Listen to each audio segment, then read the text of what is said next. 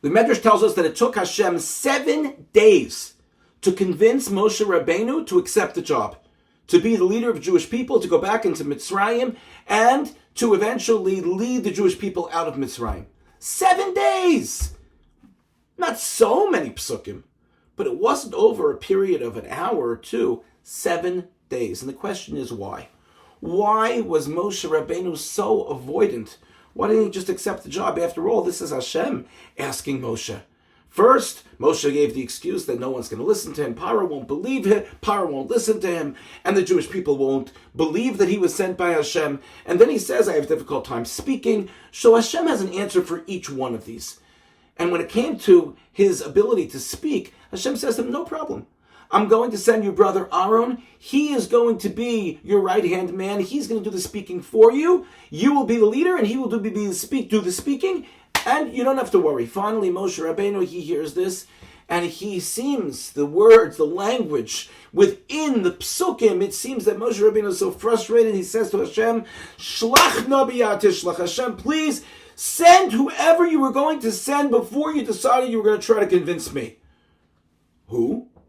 So the Medrash says that he wanted Hashem to send Aaron a Kohen. But Hashem said he was just going to send Aaron to go along with him. What was this about? Why was Moshe so avoidant? So the Alter of Slabodka, of Nosson Tzvi Finkel Zichat Tzadik Livracha, points out that Moshe Rabbeinu was really so concerned about the honor of his brother Aaron that he just said, I can't accept the job because I might hurt my brother Aaron. And to think about this incredible lesson, that here there's chaos going on all around. There is pain, there's suffering, the plight of the Jewish people, Hashem finally says, they're ready to come out. And Moshe Rabbeinu is concerned about the covenant of Aaron. He's concerned about the covenant of one person. Why? The Medrash tells us that the people in Mitzrayim looked to Aaron as their leader. Way before Moshe came around. They would meet with Aaron. Aaron would give them encouragement. And he felt, here, I'm going to come right in, and I'm going to push my brother aside. My brother was 3 years older than me. And so Hashem said to him, no, Aaron is accepting. Aaron will be happy. He'll be thrilled for this role. But nevertheless, it bothered Moshe.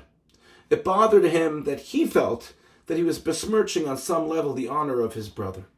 And imagine, there are times in life that we go through all kinds of different dramatic moments. We go through all kinds of different challenges. And when we do so, there are times that we lose control of our midos, of our character traits, and we don't necessarily always act in a way that we would look at afterwards and say, wow, I acted appropriately, or I acted, really in a way that I'm proud of. Instead, there are many times that when we become so busy with something and so taken up with our challenges that we look back and we say, I wish I wouldn't have done that. But here Moshe Rabbeinu, he avoided becoming the leader of Klal Yisrael for so long because he was concerned about the honor of his brother Aaron and what that tells us about life. And during our most challenging moments, to be able to stop, to pause, and to think about the honor of someone else is something which is not only praiseworthy, but something which is incredibly powerful for us to take as a lesson to our own personal lives. May we be zoche to heed the lesson and message of Moshe Rabbeinu and always give honor to each other. Thank you for listening and have a good Shabbos.